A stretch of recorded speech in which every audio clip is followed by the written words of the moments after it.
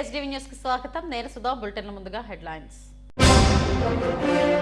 ప్రతి జిల్లాలో cyber crime police station పెట్టేలా ఆలోచిస్తున్నాం. నేరాలు తగ్గి సైబర్ క్రైమ్ పెరిగిందన్న డీజీపీ ద్వారకా తిరుమలరావు. ఈ నెల 31 ఫిబ్రవరి 1, 2 తేదీల్లో అరకు చలి ఉత్సవాలు. ₹1 కోటి నిధులు విడుదల చేసిన ప్రభుత్వం. స్టీల్ ప్లాంట్ కు కేటాయించిన నిధులు మళ్లించమని చంద్రబాబు చెప్పడం హర్షణీయం. ప్లాంట్ రక్షణ జాతాలో సిఐటియు రాష్ట్ర కార్యదర్శి నరసింగరావు.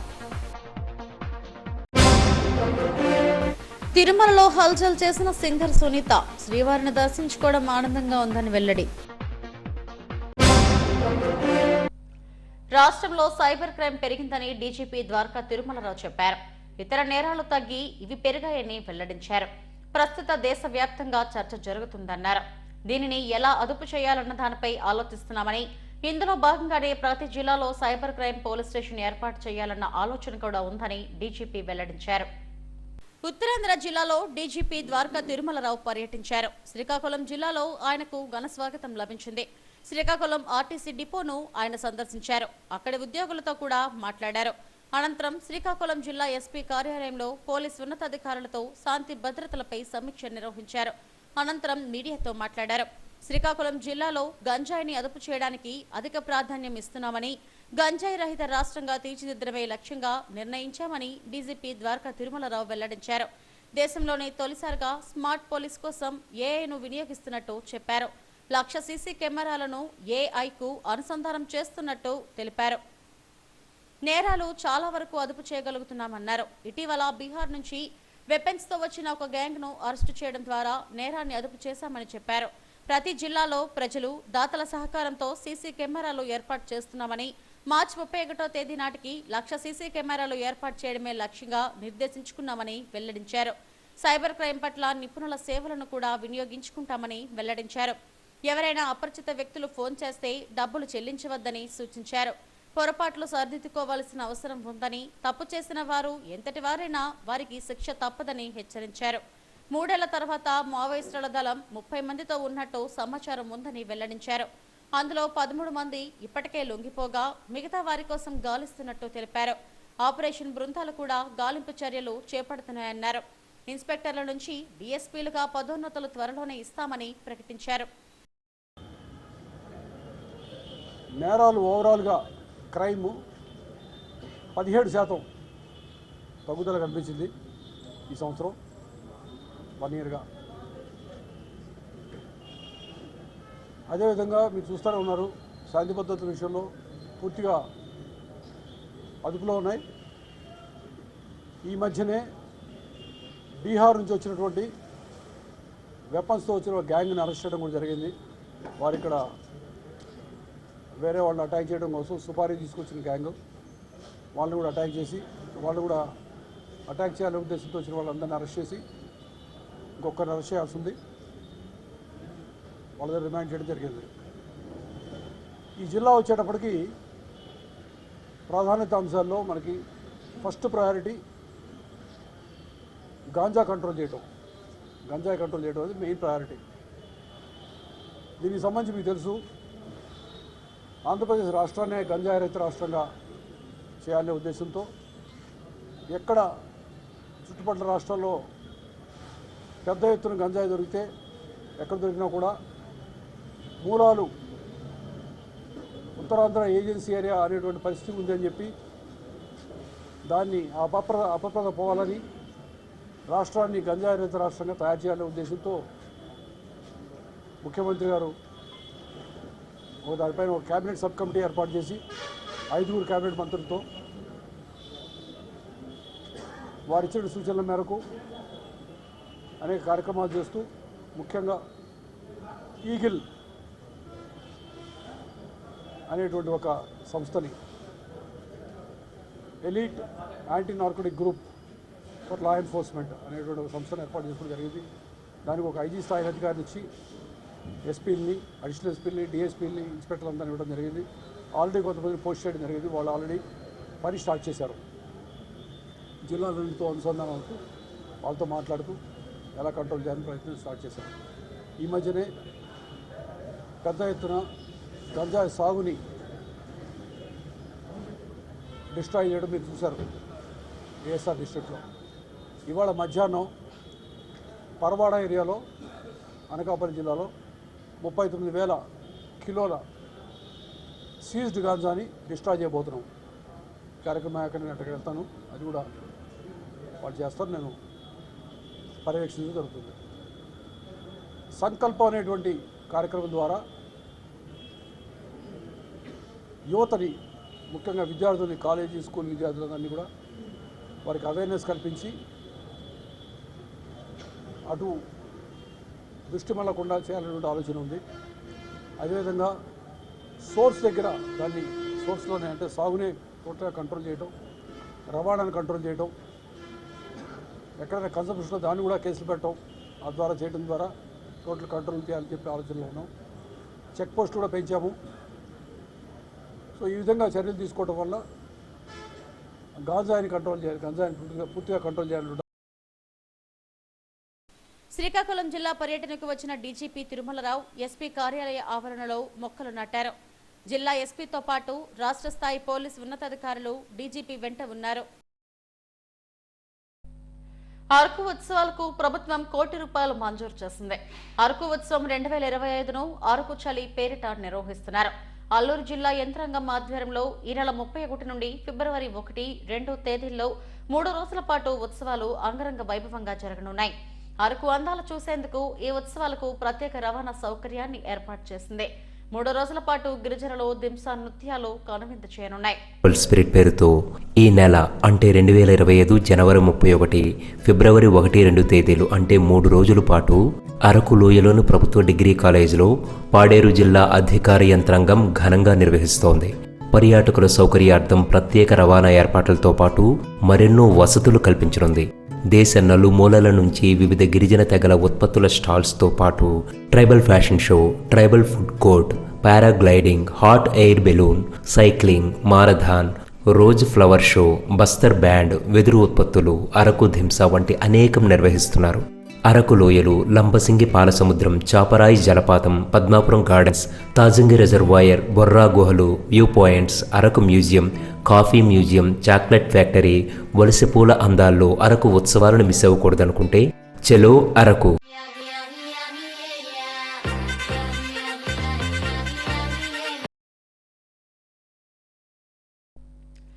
కేంద్ర ప్రభుత్వ పథకాల ద్వారా వచ్చిన డబ్బును సంక్షేమ పథకాలకు మళ్లించమని ముఖ్యమంత్రి చంద్రబాబు చేసిన ప్రకటనను స్వాగతిస్తున్నామని సిఐటియు రాష్ట్ర కార్యదర్శి సిహెచ్ నరసింగరావు తెలిపారు. దేశ సంపద నిధులు మళ్లించే చర్యలను కూడా తాము తీవ్రంగా ఖండిస్తున్నట్టు చెప్పారు. శ్రామిక రాజ్యంతోనే దేశాభివృద్ధి జరుగుతుందని తెలిపారు. సిపిఎం రాష్ట్ర 27వ మహాసభలు నెల్లూరులో జరుగుతున్న నేపథ్యంలో స్టీల్ ప్లాంట్ రక్షణ జాథా కూర్మనపాలెం ఆర్చి వద్ద నిర్వహించారు. కార్మిక విప్లవ జ్యోతిని నరసింగరావు అందించారు. ఈ సందర్భంగా జరిగిన సభలో ఆయన మాట్లాడారు. స్టీల్ ప్లాంట్ వల్లే ఈ రాష్ట్రం, ఈ ప్రాంతం ఎంతో అభివృద్ధి చెందిందని చెప్పారు. అలాంటి ప్లాంట్ ను ప్రైవేట్ పరం చేయడానికి పెద్ద ఎత్తున కుట్ర జరుగుతుందని ఆరోపించారు. 4 ఏళ్లుగా ఉద్యమాలు చేయడం ద్వారా ప్రైవేటీకరణ ఆగుతూ వస్తుందని చెప్పారు. ఐక్య ఉద్యమాలు ఎంతైనా అవసరమని వెల్లడించారు. ఈ సభలో ఉక్కు పరిరక్షణ పోరాట కమిటీ నాయకులు పాల్గొన్నారు.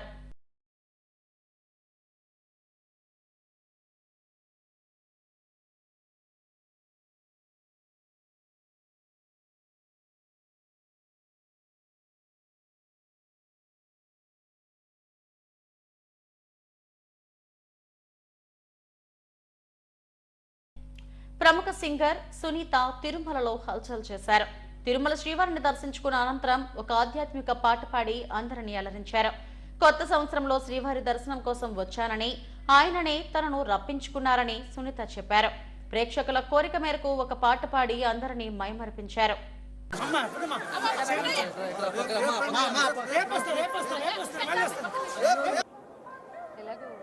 చాలా మంచి పాట వస్తుంది. నాలికే ఒక్కటి నీ నామములు అనంతము పోలించి నిన్నెట్టు పొగడేదయ్యా పోలించి నిన్నెట్టు పొగడేదయ్యా ఓలి నా కన్నులు రెండి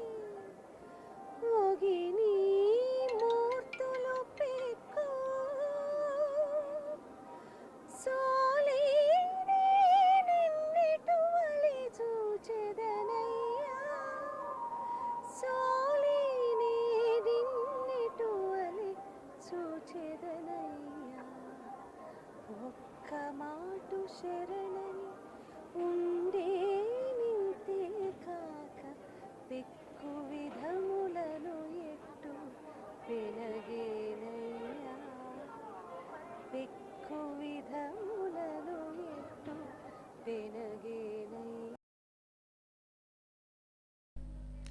తిరుమల శ్రీవారిని ISRO chairman doctor V Narayanan శాస్త్రవేత్తల బృందంతో కలిసి దర్శించుకున్నారు. ఇస్రో చేపట్టిన రాకెట్ ప్రయోగం ఈ ఏడాదికి తొలి ప్రయోగం అని చెప్పారు. బుధవారం ప్రయోగించనున్న రాకెట్ తో చారిత్రాత్మకమైన 100 రాకెట్ ప్రయోగం మైలురాయిని దాటుతున్నామని అన్నారు. సమిష్టి కృషితో శాస్త్రవేత్తల బృందం విజయ పరంపరను కొనసాగిస్తుందని చెప్పారు. 1979లో రాకెట్ ప్రయోగాలు చేపట్టిన ఇస్రో 100వ మైలురాయిని అందుకోబోతుందని అన్నారు.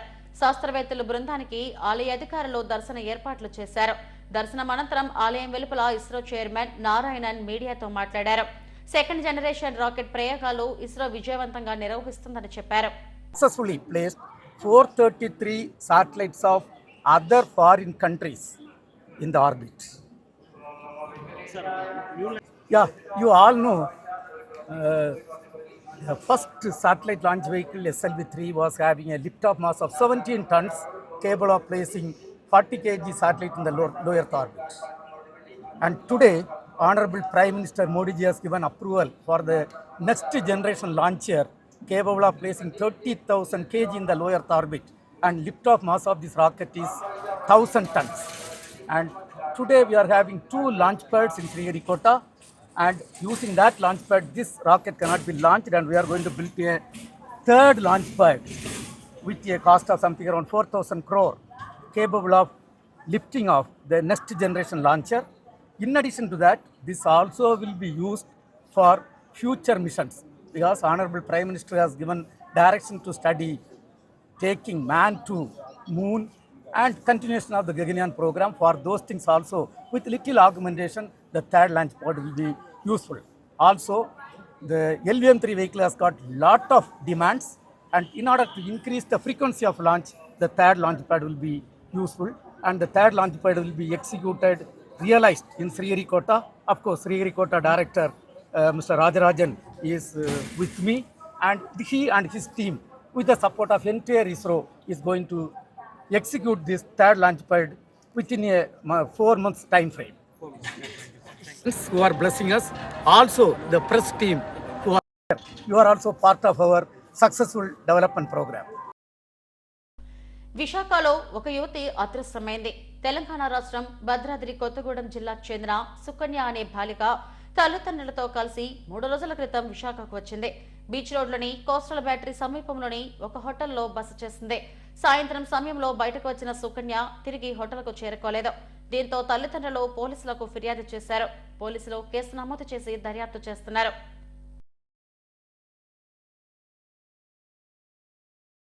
విశాఖ ఎయిర్పోర్ట్ లో జాతీయ విపత్తు ప్రతిస్పందన దళం ఆధ్వర్యంలో మాక్ ఎక్సర్సైజ్ బుధవారం నిర్వహించనున్నామని విపత్తుల నిర్వహణ సంస్థ ఎండీ రోనంకి కూర్మనాథం తెలిపారు. ఈ ఎక్సర్సైజ్ నిర్వహణలో భాగంగా టేబుల్ టాప్ ఎక్సర్సైజ్ ను వీడియో కాన్ఫరెన్స్ ద్వారా నిర్వహించామని చెప్పారు. ఎయిర్పోర్ట్ అథారిటీ ఆఫ్ ఇండియా రాష్ట్ర ప్రభుత్వం ఆధ్వర్యంలో కార్యక్రమం నిర్వహిస్తున్నామన్నారు. విశాఖ ఎక్కువగా తుఫాన్లకు ప్రభావితమవుతుందని 2014లో హుదూద్ మహానగరాన్ని కకావికలం చేసిందన్నారు.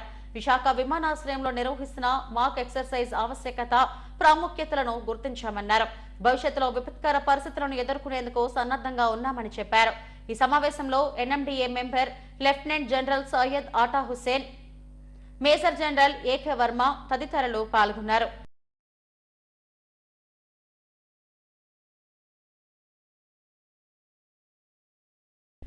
శాకాహారం సంపూర్ణ ఆరోగ్యానికి దోహదపడుతుందని పలువురు వక్తలు అన్నారు.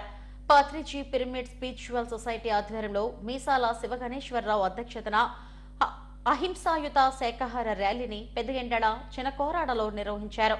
మారుతున్న వాతావరణ పరిస్థితుల దృష్ట్యా ప్రతి ఒక్కరూ ఆరోగ్యంపై దృష్టి సారించాలన్నారు. శాకాహారం తీసుకోవడం ద్వారా కలిగే ప్రయోజనాలు తెలుపుతూ ముద్రించిన కరపత్రాలను పంపిణీ చేశారు. ఈ కార్యక్రమంలో సొసైటీ సభ్యులు జగదీశ్వరి, అప్పారావు, వర్మరాజు తదితరులు పాల్గొన్నారు. ప్రతి ఒక్కరు కూడా ఒక అవేర్నెస్ కల్పించాలి. ఒక ఏకైక లక్ష్యంతో ప్రతి ఒక్కరు శాఖలుగా మార్చడానికి ఈ యొక్క ర్యాలీ అనేది కూడా ప్రతి ఏరియాలో కూడా ప్రతి ఒక్కరు కూడా అవేర్నెస్ కల్పించడానికి ఈ యొక్క కార్యక్రమానికి కూడా మీ అందరూ కూడా శ్రీకారం చుట్టడం జరిగింది. ఈ యొక్క కార్యక్రమానికి పిరమిడ్ స్పిరిచువల్ సొసైటీ సభ్యులందరూ కూడా వివిధ ధ్యాన కేంద్రాల మాస్టర్స్ అందరూ కూడా రావడం జరిగిందండి. ఈ యొక్క అందరి ఆధ్వర్యంలో కూడా ఈ యొక్క ర్యాలీ అనేది దిగ్విజయంగా ఈ రోజు ఇక్కడ ప్రారంభించబడుతుంది. సో ఈ యొక్క ర్యాలీకి పాల్గొన్న ప్రతి ఒక్కరు కూడా నేను పేరు పైన కూడా ప్రత్యేకంగా అభినందన తెలియజేసుకుంటున్నాను. ఈ కార్యక్రమంలో ఎంతో మంది పిరమిడ్ స్పిరిచువల్ మాస్టర్స్ ఇక్కడికి వచ్చి ఈ కార్యక్రమంలో భాగస్వాములు అవ్వడం జరిగింది. ఇక్కడికి వచ్చిన ఆత్మ బంధువులందరికీ కూడా హృదయపూర్వక కృతజ్ఞతలు తెలియజేసుకుంటూ మనము ఈ తలపెట్టిన ఈ యజ్ఞాలు ఇంకా ఇంకా ఇంకా ఇంకా ఉధృతంగా జరిగి ప్రతి ఒక్కరూ కూడా శాకాహారులుగా మన సంకల్పంలో ఎవరైతే సంకల్పాన్ని ఇలా ఉండాలి అని సంకల్పం చేస్తారో ఆ సంకల్పాలు నెరవేరుతాయి. విశోక నగరంగా తయారైపోయింది. ప్రతి ఇంట్లో కూడా ప్రశాంతత లేదు, అంతా అశాంతితో ఉంది. విశోక నగరంగా ఉన్నదాన్ని విశాఖ నగరాన్ని ఈ శాఖా నగరంగా తీర్చిదిద్దడానికి అందరం కూడా కంకణం కట్టుకుందాం. ఇది విశాఖ నగరం కాదు, శాఖా నగరంగా మనం శాకాహార నగరంగా తీర్చిదిద్దితే పత్రిజీ గారి యొక్క ఆశయం నెరవేరుతుందని నేను భావిస్తున్నాను. నమస్కారాలు. మన పత్రిజీ గారు చెప్పింది హింస చూడ హంస పకడు అనేది అన్న నినాదాన్ని మనం ఇంకా ముందుకి ప్రజలందరిలోకి తీసుకెళ్ళాలి అని కోరుకుంటూ అందరికీ అవకాశం ఇచ్చినందుకు ధన్యవాదాలు. కృష్ణా జిల్లా మోపిదేవి మండలం మెరకనపల్లి గ్రామంలో పంచాయతీ చేపల చెరువులో విషప్రయోగం జరిగింది. దీంతో చెరువులో వేలాది చేపలు మృత్యువాత పడ్డాయి. చేపలు చనిపోవడంతో తాము తీవ్రంగా నష్టపోయామని ఆక్వా రైతు ఆవేదన వ్యక్తం చేశారు.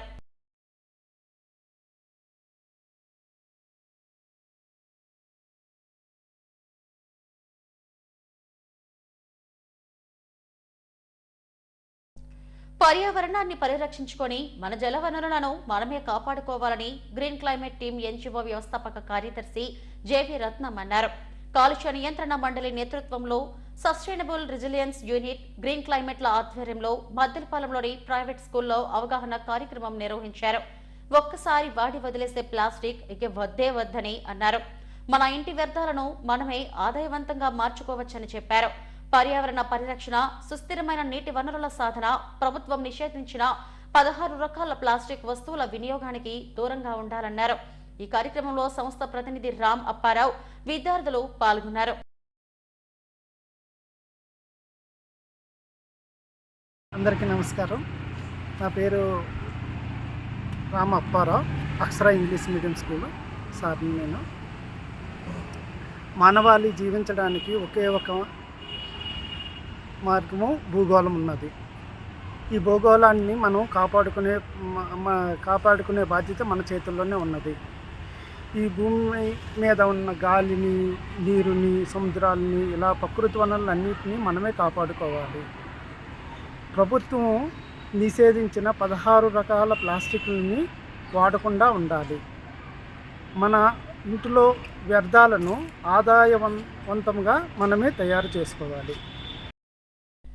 తమకు రావాల్సిన బకాయిలు వెంటనే విడుదల చేయాలని సిపిఎం కార్యదర్శి రాంబాబు డిమాండ్ చేశారు. గాజువాకలో మస్తర్ ఆఫీస్ వద్ద నిరసన తెలిపారు. ఆప్కాస్ ద్వారా 21,000 జీతం అందుకుంటున్న పారిశుద్ధ కార్మికులు కాంట్రాక్ట్ క్లాబ్ ఆటో లోడర్స్ గా పనిచేస్తున్నారని చెప్పారు. అధికారులు వారిపై ఒత్తిడి చేసి ఈ పని చేయిస్తున్నారని అన్నారు. కార్మికులు అనారోగ్యం పాలై మరణిస్తే వారి స్థానంలో తిరిగి ఆ పోస్టులు భర్తీ చేయడం లేదని ఆవేదన వ్యక్తం చేశారు. కార్మికుల సమస్యలను పరిష్కరిస్తామని జడ్సీ శేషాద్రి హామీ ఇచ్చారని తెలిపారు.